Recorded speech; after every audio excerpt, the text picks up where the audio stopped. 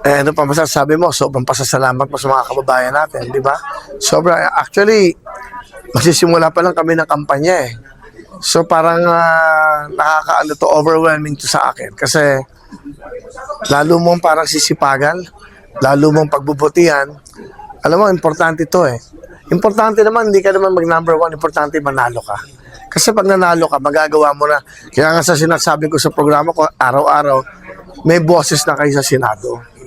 Yung mga batas na mga hinahanap at tinatanong nyo, aalamin ko din yun kung ano yung mga batas na mga na bakit hindi na-i-implement. Saka sinasabi nga nila, di ba? Sinasabi ko sa show ko to araw, wala daw akong alam. Tama naman sila eh. Wala akong alam na mang-api ng kapwa ko. Wala akong alam na mang-isa ang bawat Pilipino. At wala akong alam na magnakaw sa gobyerno. Yun ang hindi ko alam. At ako ay nag-aaral nga at inaalam ko ano ba yung mga batas para sa artista. Pag nanonood kayo ng sinihan, sino ba pinanonood yung artista? Pag nakikinig kayo ng music, sino ba pinakinggan kayo? Entertainer.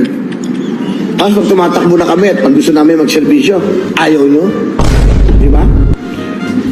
That's nonsense. I can't believe this, okay? Ay, nako.